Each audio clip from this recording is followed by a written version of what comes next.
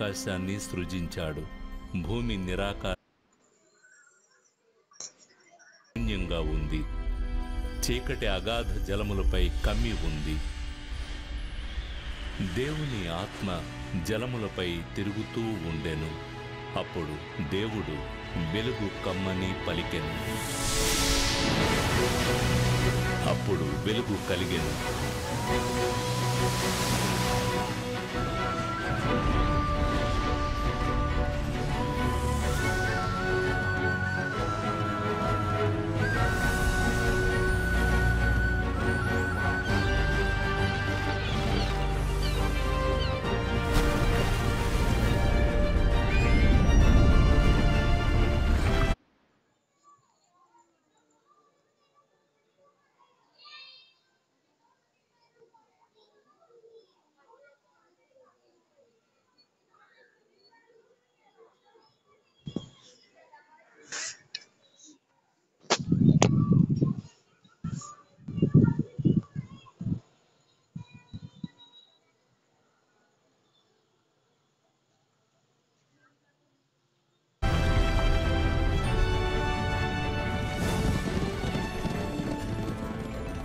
ఆ విధంగా ఆకాశం, భూమి, వాటిలోనున్న సమస్త సమూహం సంపూర్తి అయ్యాయి.